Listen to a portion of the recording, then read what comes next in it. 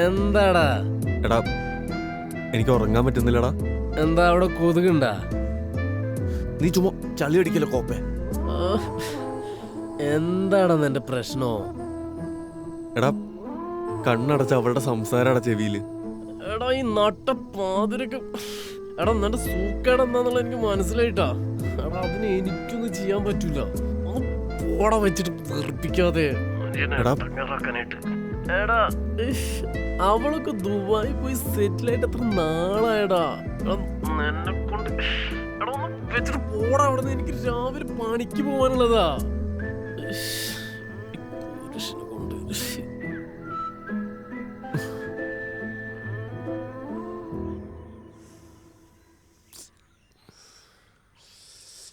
രാവിലെ മുതൽ വൈകുന്നേരം വരെ പട്ടിപ്പണി എടുത്ത് മനുഷ്യനൊന്ന് കിടന്നുറങ്ങാന്ന് വിചാരിക്കുമ്പോൾ രാത്രിയാകുമ്പോൾ തുടങ്ങാൻ വേണ്ടി ഒരു കൊണ. എന്താടാ നീ ഇങ്ങനെ പറയണത്? എനിക്കെൻ്റെ വിഷമം നിന്നോടല്ലേ പറയാൻ പറ്റുള്ളൂ. ഉള്ളത് പറയാലോ. എന്ന് രാത്രി അവളോട് സംസാരിച്ചിരുന്നിട്ട് ഇപ്പം അത് നേരാകുമ്പോൾ എന്തോ ഒരു തോന്നല. എടാ കാമാ, എന്തോന്ന്? നിന്റെ പ്രശ്നം എന്താന്നുള്ളത് എനിക്കിപ്പോ മനസ്സിലായി. ഒന്നെങ്കിൽ നീ നേരത്തെ ഒന്നിനെ കെട്ടാൻ നോക്ക്, അല്ലെങ്കിൽ ഏതെങ്കിലും ഒന്നിനെ സെറ്റാക്കാൻ നോക്ക്. ഈ പറഞ്ഞ രണ്ടും നടക്കൂല. എനിക്ക് ഒറ്റ ഒരു വിശ്വാസമില്ല. ഓരോ വള്ളിക്കേസായിട്ട് ഇറങ്ങിക്കോളും മാങ്ങാത്തൊലി. പിന്നെ ഞാൻ എന്ത് ചെയ്യാനാ? നീ ഒന്ന് അടങ്ങ്, ഞാനൊന്ന് ആലോചിക്കട്ടെ.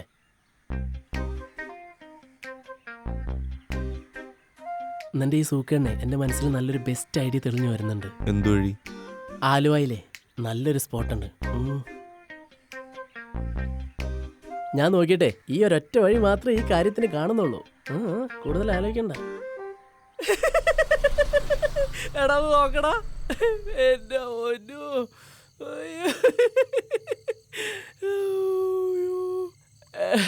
എടാ നോക്കടാ, ഒന്ന് നോക്കിയേ.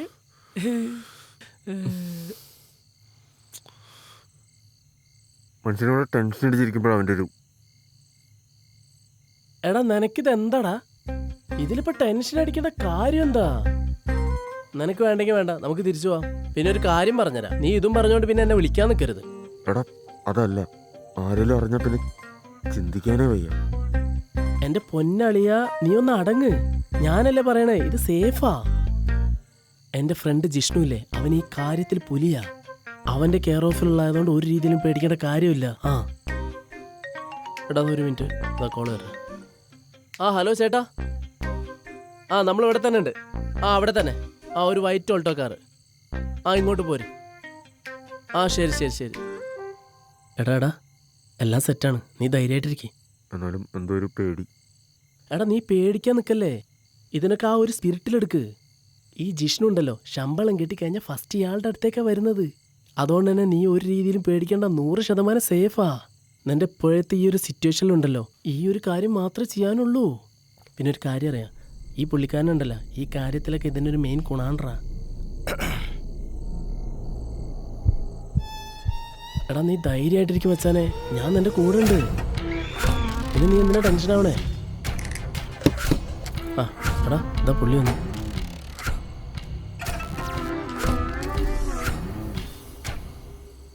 ചേട്ടാ കേറ്.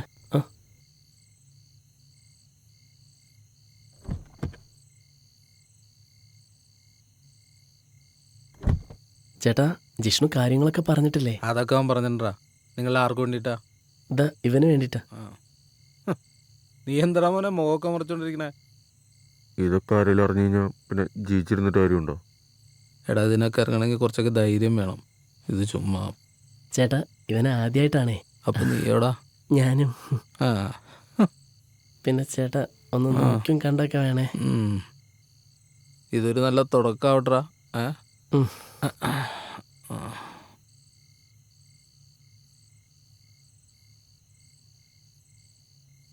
അതെ, ഇതിലേ നോക്കിയിട്ട് നിങ്ങൾക്ക് വേണ്ട ഏതാണെന്ന് വെച്ചാൽ സെലക്ട് ചെയ്തിട്ട് പറ.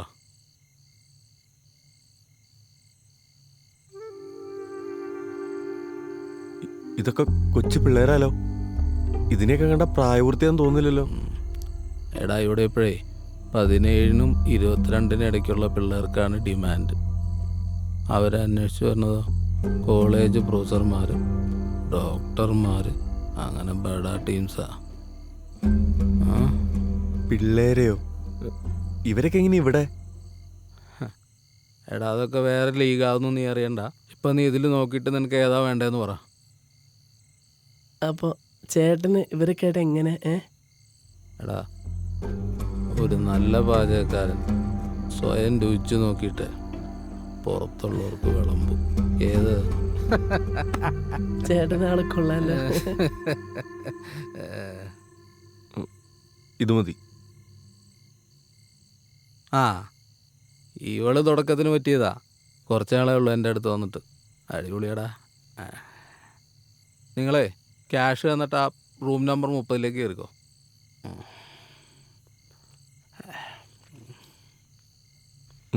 മുഴുവനിലോടാ.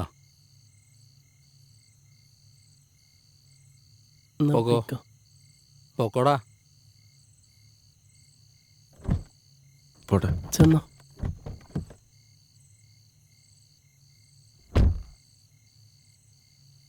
അല്ലടാ നിനക്കൊന്നും വേണ്ട. ഇത് നോക്കി ഏതാന്ന് വെച്ചെടുത്തോ.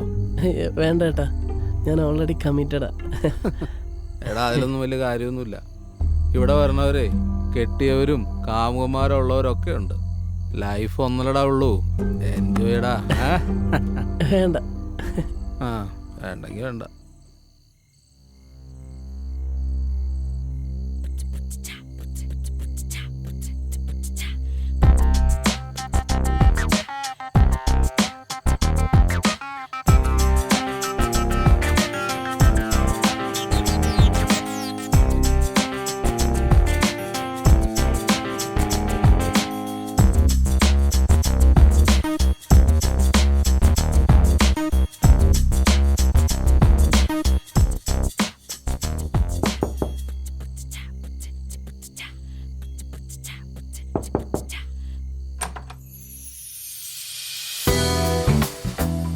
ബിപിൻ, ആ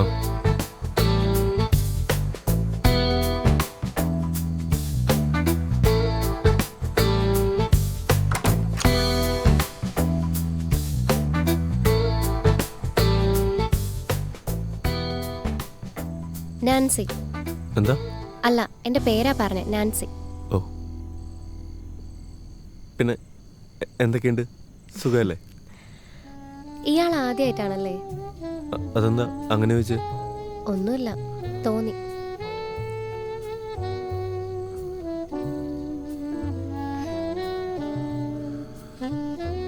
ഇയാളെന്നാ പോയി കുളിച്ചിട്ട് വാ. ആ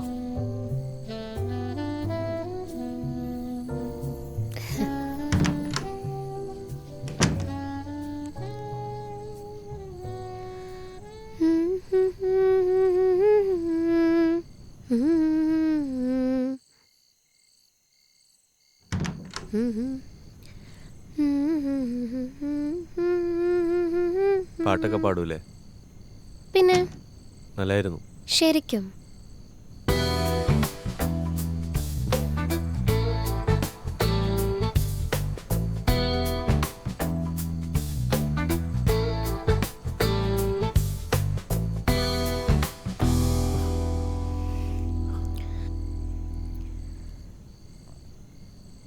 എന്താ പേടിയുണ്ടോ? ഏയ് പിന്നെന്താ പ്രശ്നം? അല്ല ഇത്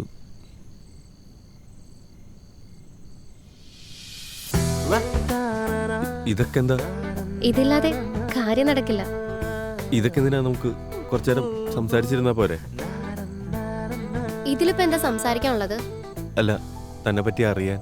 എന്നിട്ട് കല്യാണം ആലോചിക്കാൻ പോവാണോ? കാര്യം നടന്നാ പോരെ? അതല്ല, ഒരു ഇമോഷണൽ കണക്ഷൻ ഇല്ലാണ്ട് എങ്ങനെയാ? ഇവിടെ തന്റെ പ്രശ്നം എന്താ? പരിപാടി നടത്താ പോവാ, അല്ലാതെ ഇമോഷണൽ കണക്ഷൻസ് ഒന്നുമില്ല. വെറുതെ സമയം കളല്ലേ. എടോ, താനിങ്ങനെ ദേഷ്യപ്പെടല്ലേ. കൂളാവ്. ഇതിങ്ങനെ പെട്ടെന്ന് ചെയ്യേണ്ട കാര്യമൊന്നുമല്ലല്ലോ. ഏറ്റവും ബ്യൂട്ടിഫുൾ ആയിട്ട് ചെയ്യേണ്ട ഒന്നല്ലേ. എനിക്ക് ധൃതിയില്ല. നമുക്ക് കുറച്ചു നേരം സംസാരിച്ചിരുന്ന് പതിയെ മതി. ഇതില്ലേലും സംസാരിച്ചാൽ മതി. ഇയാള് ചുമ്മാ കളിപ്പിക്കാൻ നിക്കല്ലേ. മനുഷ്യനെ മെനക്കെടുത്താതെ പോവാൻ നോക്ക്.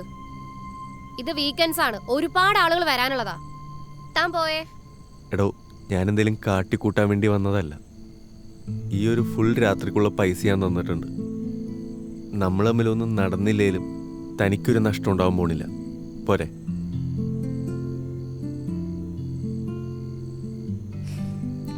ശരി പറ.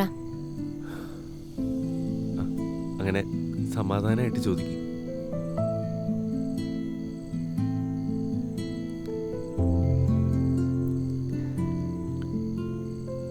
എന്താ ഇങ്ങനെ? എങ്ങനെ? അല്ല, ഇതുപോലത്തെ ലൈഫ് ചൂസ് ചെയ്യാൻ. താനെന്താ എന്നെ ഇന്റർവ്യൂ എടുക്കാൻ വന്നാണോ? അങ്ങനെയല്ല, ഒരു കൗതുകം, അതുകൊണ്ട് ചോദിച്ചതാ. ഇതെന്റെ തീരുമാനമാണ്. ഞാനൊരു സ്റ്റുഡൻ്റ് ആണ്. ഈ സിറ്റിയിൽ അത്യാവശ്യം അടിച്ചു പൊളിച്ച് നടക്കാൻ എനിക്ക് കുറേ കാശ് വേണം. കുറഞ്ഞ സമയം കൊണ്ട് കുറേ പൈസ കിട്ടും, പിന്നെ എൻജോയ്മെൻറ്റും. അത് തന്നെ, വേറൊന്നുമില്ല. അപ്പോൾ തൻ്റെ ഫാമിലിയൊക്കെയോ? എൻ്റെ പേഴ്സണൽ ലൈഫിനെ പറ്റി പറയാൻ എനിക്ക് തീരെ താല്പര്യമില്ല. ആദ്യം പറഞ്ഞിട്ടും തനിക്ക് പ്രത്യേകിച്ച് ഗുണമൊന്നുമില്ലല്ലോ. സാധാരണ ഇവിടെ വരുന്ന ആളുകളെ പോലെയല്ലല്ലോ തൻ്റെ മട്ടും ഭാവവും. അതെന്താ? സാധാരണ വരുന്ന ആൾക്കാരെങ്ങനെയാ? കഥ കടിച്ചു കഴിഞ്ഞാൽ ഒരുതരം ആർത്തിയാണ്. എല്ലാം അറിയാവുന്ന ഭാവത്തിലാണ് വരിക, പക്ഷേ ഒട്ടുമിക്ക ആളുകൾക്കും ഒന്നും അറിയില്ല. സത്യം പറഞ്ഞ കോമഡിയാ.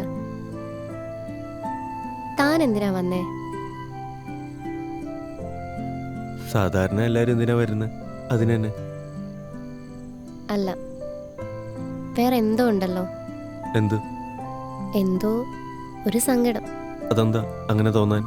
എടോ, എൻ്റെ വിഷയം സൈക്കോളജിയാ. ഒരാളെ നമുക്ക് കാണുമ്പോൾ മനസ്സിലാവൂലോ എന്താ എങ്ങനെയാന്നൊക്കെ. താനിവിടെ സുഖത്തിന് വേണ്ടി മാത്രം വന്നൊരാളല്ല, അതെനിക്ക് ഉറപ്പാ.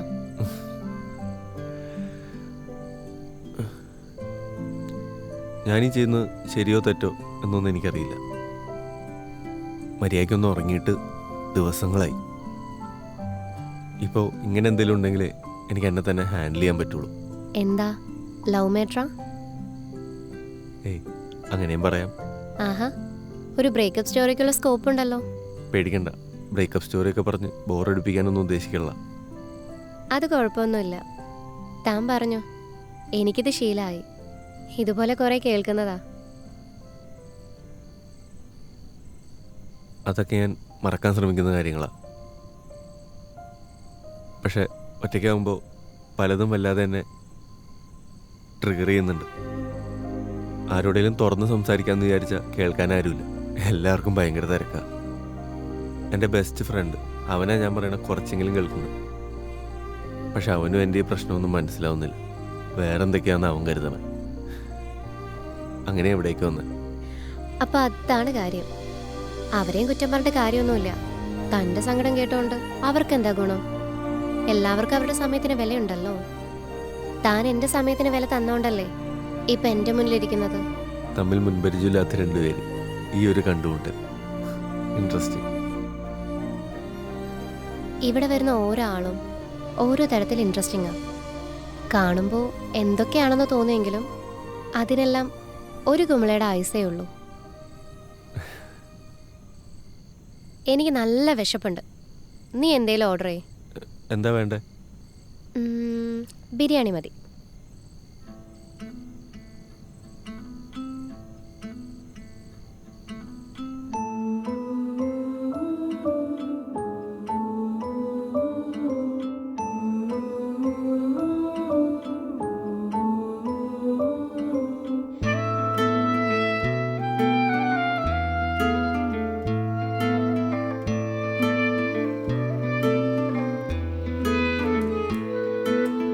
ആകാശം പോലെ അകലെ അരികത്തായി ഉയരെ ദൂരത്തോ ഉയരും ചാരത്തോ അനുരാഗത്തിയെരിയുമ്പോൾ നാം ഉണരാതെ അറിയുന്ന മഴയുള്ള രാവിന്റെ കൊതിയാണ് നീ. മഞ്ഞായി നിന്നു വേലായി ഞാൻ വന്നു, ഒരു ശ്വാസക്കാറ്റിൽ പൊലിയാമെന്നോർത്തു. അകലാനോ കലരാനോ കഴിയാതെ നാം ഇടനെഞ്ചിൽ വീഴുന്ന മല മലർവാക നിറമുള്ള കനവാണ് നീ.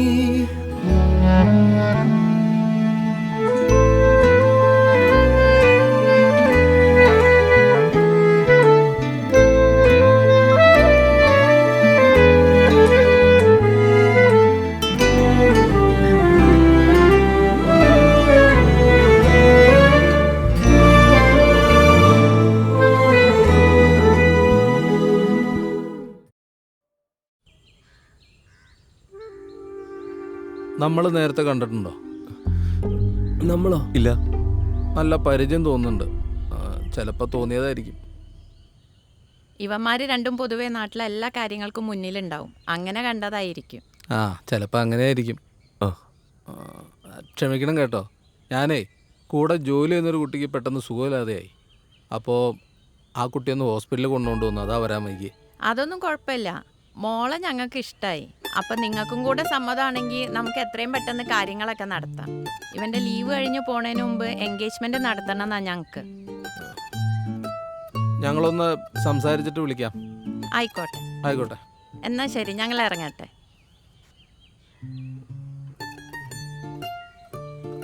മോള് ധൈര്യമായിട്ട് അങ്ങോട്ട് പോര്. ഞാൻ പൊന്നു പോലെ നോക്കിക്കോളാം. മോളോട് യാത്ര. ശരിയെന്നാ. എടാ വേഗം നടക്കുക, വേഗം നടക്കുക. ആ, ഇതെന്താ ഇപ്പം ഇങ്ങനൊരു മഴ? മഴ നല്ലതല്ലേ? ആ, എന്നാ ശരി.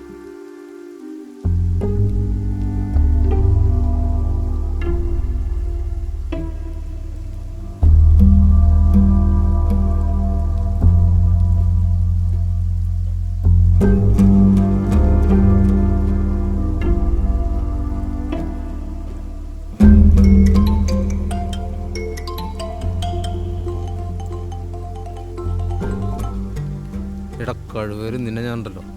ഇനി ഇങ്ങനെയുള്ള പ്രാന്തന്മാരെ കൊണ്ട് വിട്ടാണ്ടല്ലോ. അവനെന്താ മരുന്നൊക്കെ അടിച്ചാൽ കൊച്ചിനെന്തൊക്കെ ചെയ്തതെന്ന് അറിയോ? ഞാനവളെ ഹോസ്പിറ്റലാക്കിയിട്ടുണ്ട്.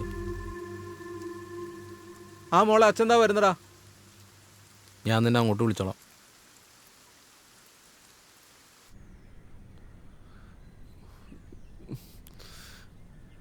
എടാ, ഈ കല്യാണം എങ്ങനെയും മുടക്കണം. അമ്മ ഏതാണ്ട് ഉറപ്പിച്ച മട്ട. എടാ നിനക്ക് എന്താടാ? അയാൾക്ക് നമ്മളെ മനസ്സിലായിട്ട് പോലും ഇല്ല. ഇപ്പൊ അത് കഴിഞ്ഞിട്ട് 4 വർഷം കഴിഞ്ഞ്. എടാ നമ്മളെപ്പോലുള്ള ആളുകളെ പുള്ളി സ്ഥിരമായിട്ട് കാണുന്നതാ. പോരാത്ത അന്ന് നീ മാസ്കും വെച്ചിട്ടുണ്ടായിരുന്നു. പിന്നെന്താ? ഏത് നേരത്താണാവോ നിന്റെ കോണത്തിലെ വാക്കും കേട്ട് പോവാൻ തോന്നി? എനിക്കറിയായിരുന്നു ഇതിങ്ങനെ വരുള്ളതെന്ന്. അവിടെ ഞാനിരുന്ന് അനുഭവിച്ച ടെൻഷന് കൈയും കണക്കൂല്ലായിരുന്നു. പുള്ളിക്കെങ്ങാനും നമ്മളെ മനസ്സിലായിരുന്നെങ്കിലുള്ള അവസ്ഥ ആലോചിച്ച് നോക്ക്. അമ്മയെങ്ങാനും അറിഞ്ഞാൽ പിന്നെ ജീവിച്ചിരുന്നിട്ട് കാര്യമില്ല. എടാ നീ ടെൻഷൻ അടിക്കണ്ട. അത് അത്ര വലിയ കാര്യമൊന്നുമല്ല ഇപ്പത്. എന്തോന്ന്? എന്നിട്ട് നീ അവിടെ ഇരുന്ന് വേർക്കണ്ടായിരുന്നല്ലോ. എടാ പുള്ളീനെ അങ്ങനെ പെട്ടെന്ന് കാണുമ്പോ ആരാണേലും ടെൻഷൻ അടിച്ച് പോവില്ലേ? അത്രേ ഉള്ളൂ. എടാ പിന്നെ പുള്ളിയായിട്ട് ഇത് ആരോടും പറയാനും പോണില്ല. അവിടെ പുള്ളി മാന്യനാ. പിന്നെ പുള്ളിയായിട്ട് ഇങ്ങനെ ഒരു നാറിയ പരിപാടി കാണിക്കുന്നുണ്ട് എന്നുള്ളത് ബാക്കിയുള്ള ആൾക്കാരും അറിയാണ്ടിരിക്കേണ്ടത് പുള്ളീന്റെ കൂടെ ആവശ്യമാ. അതുകൊണ്ട് നീ ധൈര്യമായിട്ട് മുന്നോട്ട് പോക്കോ. വേണ്ടടാ, അത് ശരിയാവില്ല. കുറ്റബോധം കൊണ്ട് ഒരിക്കലും സമാധാനം കിട്ടില്ല. അത് പോട്ടെ, വിധിച്ചിട്ടില്ല എന്ന് കരുതിയത്. എന്നാലും ഇപ്പൊ ആ നാൻസി എവിടെ ആയിരിക്കും ഉള്ളേ? ആവോ, പറയാണ്ട് പോയതല്ലേ. എന്നാലും എന്തായിരുന്നു അന്ന്? ഞാനൊന്നും പറയണില്ല.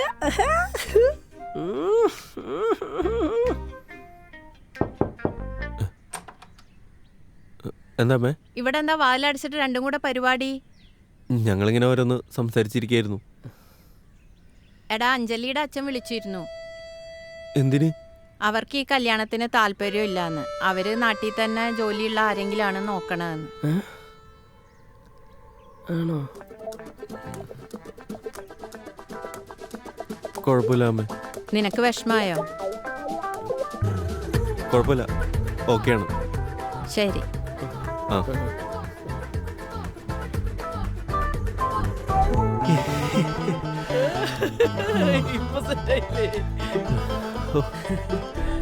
അതെങ്ങനെ മുടക്കുന്ന ഓർത്തിരിക്കായിരുന്നു. എന്തായാലും മുടങ്ങി കിട്ടിയില്ല. എടാ ഇത് ഉടായിപ്പാണെന്നാ തോന്നുന്നത്.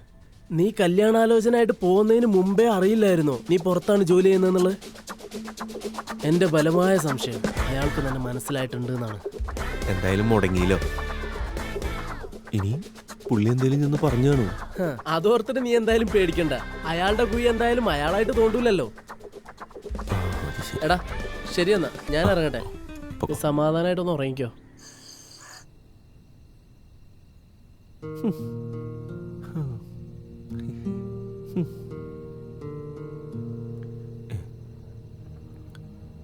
ഒരു പെണ്ണ് സെറ്റായപ്പോഴത്തേക്കും വൻ സാഹിത്യകാരനായല്ലോ.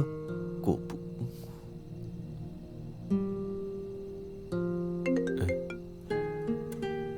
അളിയ എന്തായി? അവളുടെ ബർത്ത്ഡേ ആണ്. സോ അതിന്റെ ഓ നന്നായി. അല്ല എന്തായി പെണ്ണാണല്ലോ. ഓ അത് നടക്കില്ലടാ. ആണോ? അവർക്ക് നാട്ടിലുള്ളവരെ മതിയെന്ന്. സാലടാ. പിന്നെ എന്റെ കല്യാണത്തോളം ലീവിന് വരുമ്പോ ഉണ്ടാവട്ടോ.